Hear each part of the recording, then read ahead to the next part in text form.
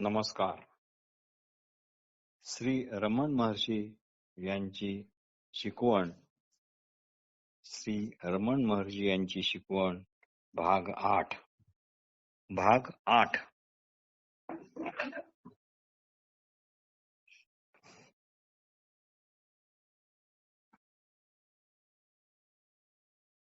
दुसऱ्या एका ठिकाणी दुसऱ्या एका वेळी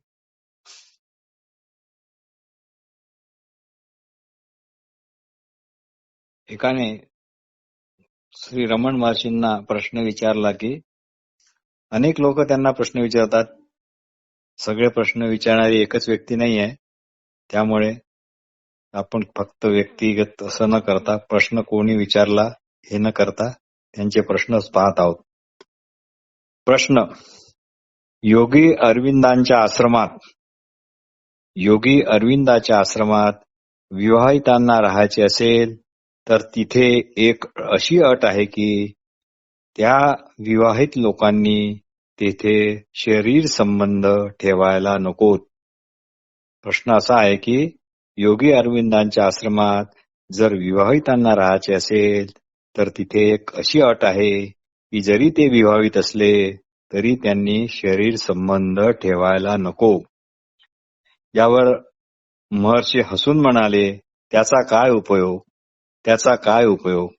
मनात जर चिंतन असेल तर अशी बाह्य बळजबरी करून काय फायदा? मनात जर चिंतन असेल तर अशी बाह्य बळजबरी करून काय उपयोग? प्रश्नकर्ता बराच स्पष्ट असावा असं दिसते. तो म्हणाला, मी बऱ्याच वेळा कामभावनेच्या आहारी जाऊन नको ती पापी केली आहेत.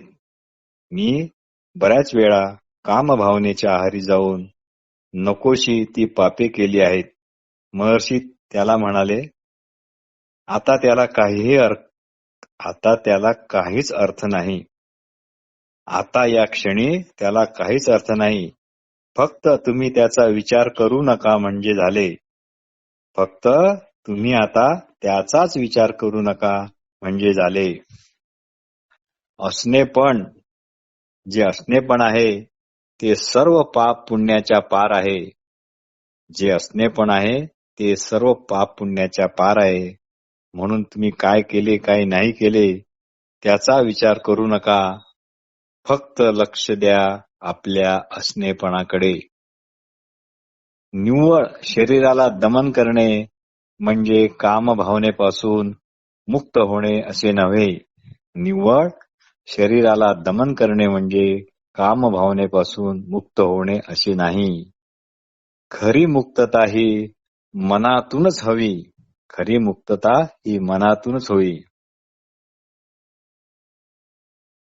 प्रश्नकर्ता म्हणाला,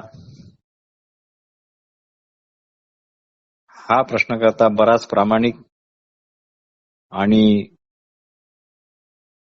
याचे ओरिजिनल पुस्तक मी वाचले आहे. नाव वगैरे सांगणे बरोबर नाही, पण त्याच्या प्रश्नावरून त्याचा कॉम्प्लेक्स काय आहे हे आपल्या लक्षात येईल. प्रश्न असा आहे की स्त्रियांच्या पुष्ट स्तनाविषयी मला नेहमीच सुप्त आकर्षण वाटते.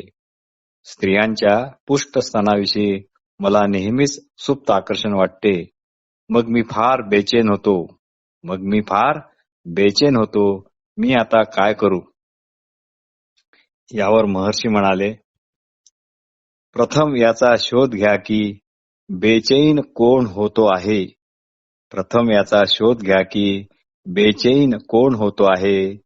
आकर्षण कुणाला वाटत आहे? तुम्ही स्वतःला केवळ शरीर मन इत्यादी समजता म्हणून असे तुम्हाला वाटते.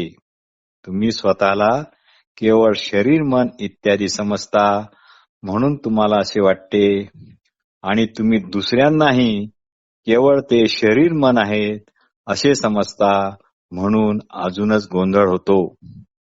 तुम्ही मूलतः केवळ असणे रूप आहात आणि इतरही त्याचप्रमाणे तुमच्यासारखे असणे रूप आहात. इतके करूनही जर मन बेचैन होत असेल तर तुम्ही त्याचाच विचार करत नका बसू. स्वतःला पापी पापी असे नका म्हणू. स्वतःला पापी पापी असे नका म्हणू. प्रश्नकर्ता म्हणाला, मला या कामभावनेपासून कायमची मुक्ती कशी मिळेल? मला या कामभावनेपासून कायमची मुक्ती कशी मिळेल? महर्षी म्हणाले, मी म्हणजे फक्त शरीर मन असे कोण म्हणते? मी म्हणजे शरीर मन असे कोण म्हणते? शरीर मनाला माझे असे कोण समजते? याच विचाराच्या अर्थात गैरसमजूच्या मुळापर्यंत जा, म्हणजे याचा शोध घ्या. आत्मस्वरूपामध्ये स्त्री पुरुष असा भेदच नाही. आत्मस्वरूपामध्ये स्त्री पुरुष असा भेद नाही. हा भेद अज्ञानामुळे वाटतो किंवा देहात्मबुद्धीमुळे वाटतो. प्रश्नकर्ता म्हणाला, मी याकरता म्हणजे या कामभावनेपासून मुक्त होण्याकरता खूप उपास तापास केले. महर्षी म्हणाले, त्यामुळे फक्त तात्पुरता फायदा होईल. मनात चिंतन नको हाच खरा उपवास. मनात चिंतन नको हाच खरा उपवास. पण याचे महत्व कळायला पाहिजे की खरे कारण ही देहात्म बुद्धी आहे. आपण स्वतःला जसे देह समजतो तर तसेच इतरांना पण आपण देह समजतो. वस्तुतः स्त्री पुरुष असा भेद नाही. नंतर प्रश्नकर्ता म्हणाला, मांसाहाराविषयी तुम्ही काय म्हणाल? मांसाहाराविषयी तुम्ही काय म्हणाल? मी खूप मांसाहार करतो. महर्षी म्हणाले, हळूहळू सोडा. मग हळूहळू सोडा, सात्विक आहार घ्या. पण हेही सत्य आहे की आत्मस्वरूपाचा बोध झाला की या सगळ्या गोष्टींना विशेष अर्थ राहत नाही. पण हेही सत्य आहे की आत्मस्वरूपाचा बोध झाला की या गोष्टीला विशेष अर्थ राहत नाही. म्हणजे याचा अर्थ असा झाला की मुद्दाम जर तुम्ही काही मांसाहार वगैरे करत असाल, मांसाहाराच्या चवीमुळे तुम्ही जर मांसाहार करत असाल तर त्याला काही अर्थ नाही. कारण तिथे आत्मस्वरूपाचा बोध झाला की नाही ही शंका घ्यायला कारण आहे. जसे भयंकर आगीत कोणतेही इंधन टाका, अग्नी दूषित होत नाही, त्याप्रमाणे आत्मबोध जर खरा झाला तर काही फरक पडणार नाही. कारण श्री रमण महर्षींचे फॉरेनचे शिष्य अनेक आहेत. त्यांना तर या आहाराविषयी त्यांच्या जेवणातून हे पदार्थ वगळून चालणार नाहीत. प्रश्नकर्ता पुढे म्हणाला, योग म्हणजे जुळणे. योग म्हणजे जुळणे. पण मला आश्चर्य वाटते की कशाने कशाशी जुळायचे. प्रश्न अतिशय बरोबर आहे. प्रश्न असा आहे, योग म्हणजे जुळणे, पण मला आश्चर्य असे वाटते की कशाने कशाशी जुळायचे. कशाने कशाशी जुळायचे. महर्षी म्हणतात, योगशास्त्रात प्रथम वियोग आणि नंतर योग सांगितला आहे. योगशास्त्रात प्रथम वियोग व नंतर योग सांगितला आहे. पण कुणाचा कशाशी वियोग व कुणाचा कशाशी योग याचा शोध हा तुम्हालाच घ्यावा लागेल. प्रश्नकर्ता म्हणाला, योग आणि तुम्ही सांगता तो विचार मार्ग. योग आणि तुम्ही सांगता तो विचार मार्ग म्हणजे विचारणा किंवा सेल्फ इन्क्वायरी. म्हणजे योग आणि सेल्फ इन्क्वायरी यात काय फरक आहे? महर्षी म्हणाले, योगात चित्तवृत्ती निरोधावर जोर आहे आणि विचार मार्गात आत्मविषयणा म्हणजे आत्मा अनात्म विचार यावर भर आहे. वृत्ती दाबल्या तर कधी ना कधी त्या उफाळतील, त्यांचा काही नेम नाही. चित्त वृत्ती निरोधात याची शक्यता जास्त आहे. म्हणून मुळापर्यंत जाणेच योग्य. प्रश्नकर्ता म्हणाला, प्राणायामाचे महत्व काय? रमण महर्षी त्यावर म्हणतात, अंतरंगात खूप खोल डुबी मारता येते. प्राणायामामुळे अंतरंगात खूप खोल डुबी मारता येते. दुसरे असे की श्वास प्रश्वास व मनोतरंगाचा फारच जवळचा संबंध आहे. हे सगळ्यांना माहीतच आहे. रागात भयात आपले श्वासोश्वास जोरात चालतात, वाढतात. तात्पर्य मनाच्या सूक्ष्म अवस्थेचा शोध शांत श्वास प्रश्वास असताना चांगला होतो. मनाच्या सूक्ष्म अवस्थेचा शोध शांत श्वास प्रश्वास असताना चांगला होतो.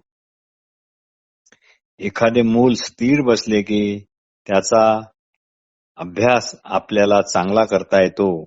एखादे मूल स्थिर बसले की त्या मुलाचा आपण दुरून जो अभ्यास करतो तो चांगला तऱ्हेने होतो. कधी कधी डॉक्टर लहान मुलांचा दात काढायचे असले तर, कधी कधी दाताचे डॉक्टर लहान मुलांचा दात काढायचा असेल तर प्रथम त्याला भूल देऊन निचेष्ट करतात आणि मग दात काढायला घेतात. तसेच हे समजा, श्वास प्रश्वासाकडे निरंतर काही या बाबतीत प्रयत्न न करता फक्त लक्ष ठेवणे हाच सहज प्राणायाम सर्वात महत्वाचा आहे. याचा सगळ्यात जास्त फायदा शरीर मन अत्यंत ढिले ठेवूनच हा करता येतो. याचा सर्वात जास्त फायदा शरीर मन अत्यंत ढिले ठेवूनच हा करता येतो. प्रश्न, सर्वांची कुंडलिनी शक्ती का जागृत नाही? सर्वांची कुंडलिनी शक्ती का जागृत नाही? श्री रमण महर्षींना अनेक तऱ्हेचे लोक भेटले, अनेक पंथातले लोक भेटले, अनेक जिज्ञासू भेटले. त्यामुळे इथे अनेकानेक विषयांचा थोडा थोडा उहापोह आपल्याला ऐकायला मिळेल. तर प्रश्नकर्ता म्हणाला, सर्वांची कुंडलिनी शक्ती तर सर्वांची कुंडलिनी शक्ती का जागृत होत नाही? महर्षी म्हणाले, कुणाची कुंडलिनी शक्ती जागृत नाही? कुणाची कुंडलिनी शक्ती जागृत नाही हे सांगा बरे. ती सर्वांची जागृत आहे. आपले असणेपण म्हणजे जी अखंड आत्माकार वृत्ती आहे, किंवा आपले असणेपण आहे, किंवा आपले अहंस्फुरण आहे, ते प्रत्येकाच्याच ठिकाणी आहे. तीच वस्तुता कुंडलिनी शक्ती आहे. ती अजून काय जागृत करणार? नंतर रमण महर्षीने अतिशय त्यांच्या टीचिंगची कोर अशी एक गोष्ट सांगितली आहे. ते म्हणतात, काहीतरी असल्याशिवाय काहीतरी आहे असे वाटतच नाही. काहीतरी असल्याशिवाय काहीतरी आहे असे वाटतच नाही. व आपण असण्याचे सुख हे प्रत्येकाजवळ आहे. कारण मी नाही असे कुणालाच वाटत नाही. मी नाही असे कुणीच म्हणू शकत नाही. कारण असण्याची आवड ही उपजतच आहे. आवड म्हटले की आनंद आलाच. यातील तात्पर्य असे आहे की आहे म्हणजे सत. आहे असे वाटते म्हणजे जाणवते. समजा आहे असे वाटते म्हणजे ते चित्त. आहे असे वाटते म्हणजे जाणवते ते म्हणजे चित्त. व आपण नसावे असे कुणालाच कधी वाटू शकत नाही.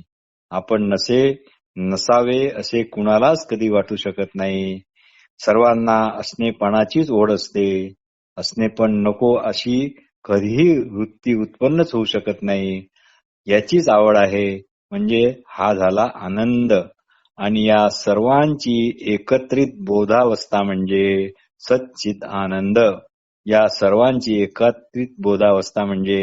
सच्चिद आनंद.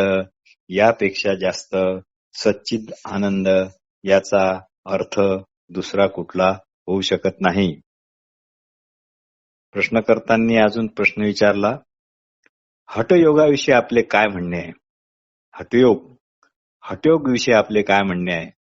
महर्षी म्हणाले, ठीक आहे, हठयोगामुळे शरीर योग्य अवस्थेत राखायची सवय लागते व त्याचा उपयोग जर मीचा शोध घेण्याकरता झाला तर सोने पे सुहागा, अजून काय. पण महत्वाचे आहे की फार इतकी हठयोगाची जरुरी नाही जितकी की सेल्फ इन्क्वायरीची आहे. असं समजा की सिनेमाचा पडदा, भिंग, प्रकाश व फिल्म योग्य अंतरावर असली की पडद्यावर चित्र स्पष्ट दिसते आणि त्या भिंग, प्रकाश आणि पडदा वगैरेच्या अंतरात जर गडबड झाली तर सर्व बिचका होतो, हे आपल्याला सगळ्यांना माहीतच आहे. पण जेव्हा एखादा चित्रकार एखादे पेंटिंग करतो तेव्हा कागद बोर्डवर पिना वगैरे लावून प्रथम हा कागद स्थिर करतो आणि मगच त्यावर चित्र काढतो. तसेच तुम्ही हठयोगाच्या बाबतीत समजा. रमण महर्षींनी किती छान उत्तर दिले आहे. पण खरे म्हणजे आपल्या असणेपणाच्या पडद्यावर शरीर भावाचे चित्र उमटले आहे. आपण म्हणजे शरीर नाही या भ्रमाने पडदा व चित्र एकच समजल्यामुळे हा सर्व गुंताळा झाला आहे. यालाच म्हणतात चिद जड ग्रंथी.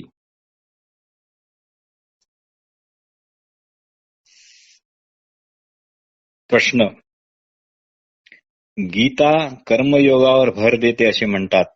गीता कर्मयोगावर भर देते असे म्हणतात. म्हणूनच अर्जुनाला युद्ध कर असे भगवंत म्हणतात. हे खरे आहे का? म्हणूनच अर्जुनाला कृष्ण म्हणतात, भगवंत म्हणतात, युद्ध कर, हे खरे आहे का? महर्षी यावर म्हणतात, गीता प्रथम हे सांगते की, ते युद्धाचं राहू द्या बाजूला.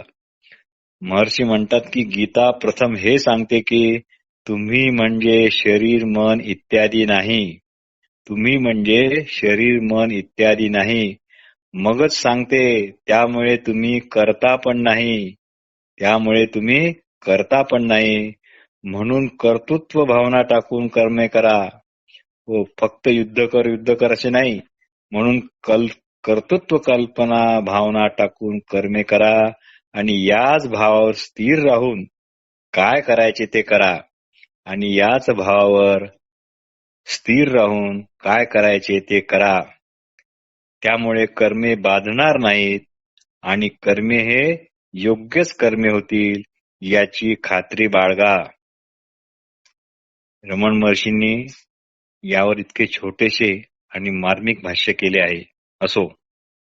प्रश्न, पण गीता शिकवते की अखंड कर्मेच करीत राहा म्हणून.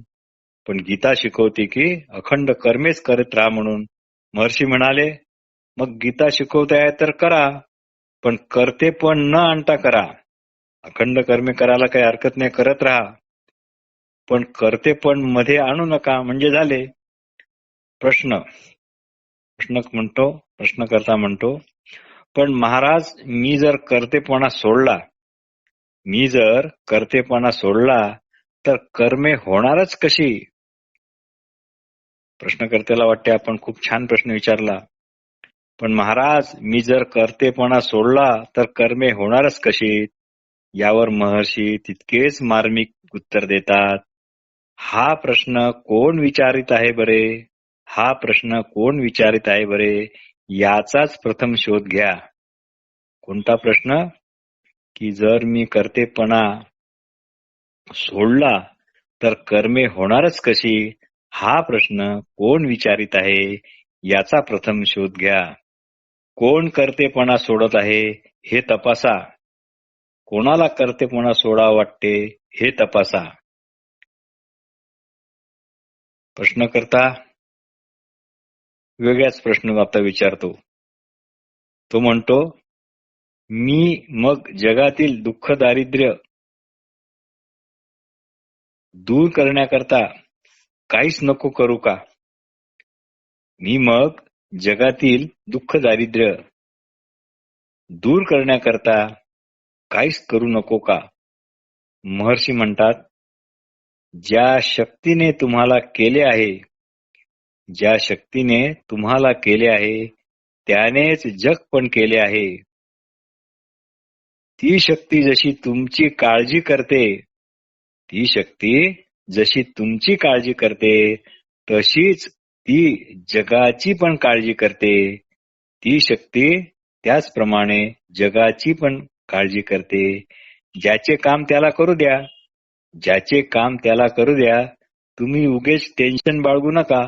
तुम्ही उगीच टेन्शन बाळगू नका की मग जगातील दुःख दारिद्र्य दूर करण्याकरता मी काहीच नको करू का, वगैरे वगैरे.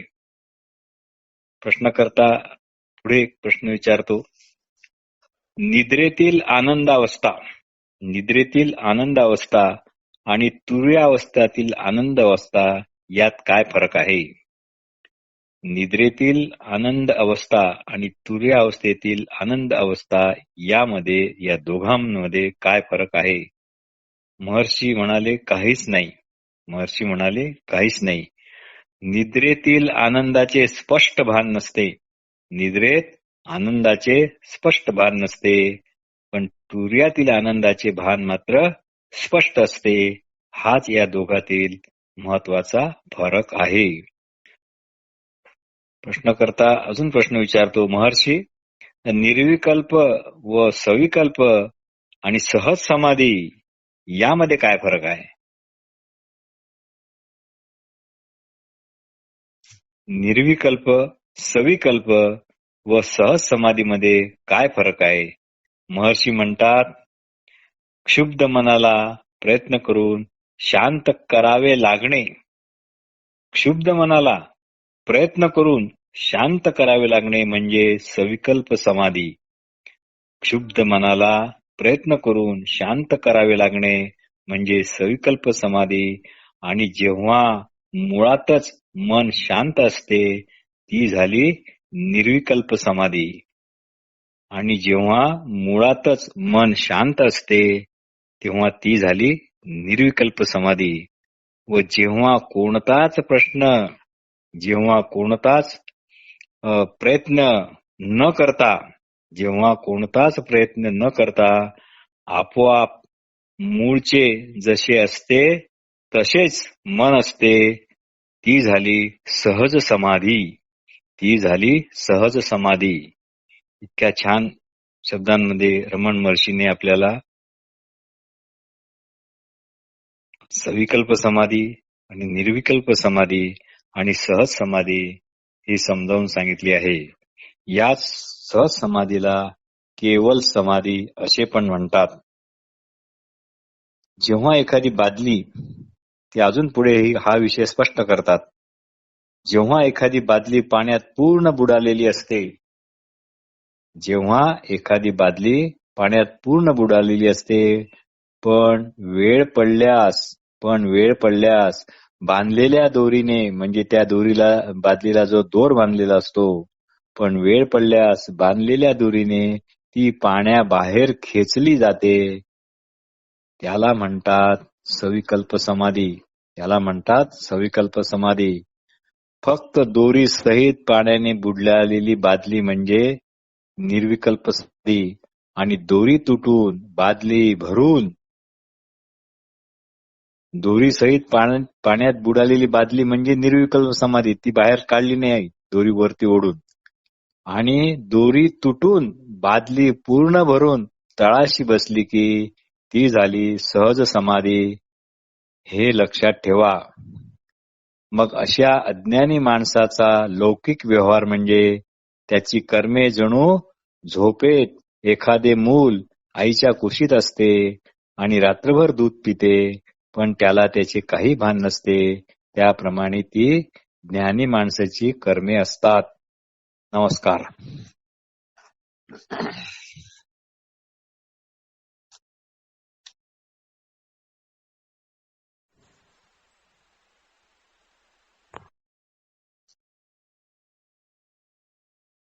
नमस्कार.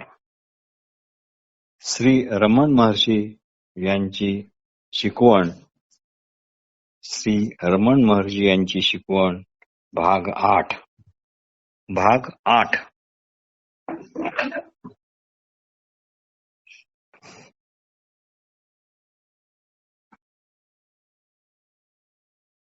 दुसऱ्या एका ठिकाणी दुसऱ्या एका वेळी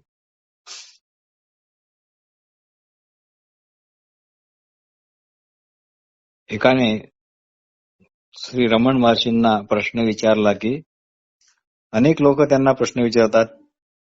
सगळे प्रश्न विचारणारी एकच व्यक्ती नाही आहे. त्यामुळे आपण फक्त व्यक्तिगत असं न करता प्रश्न कोणी विचारला हे न करता त्यांचे प्रश्नच पाहत आहोत.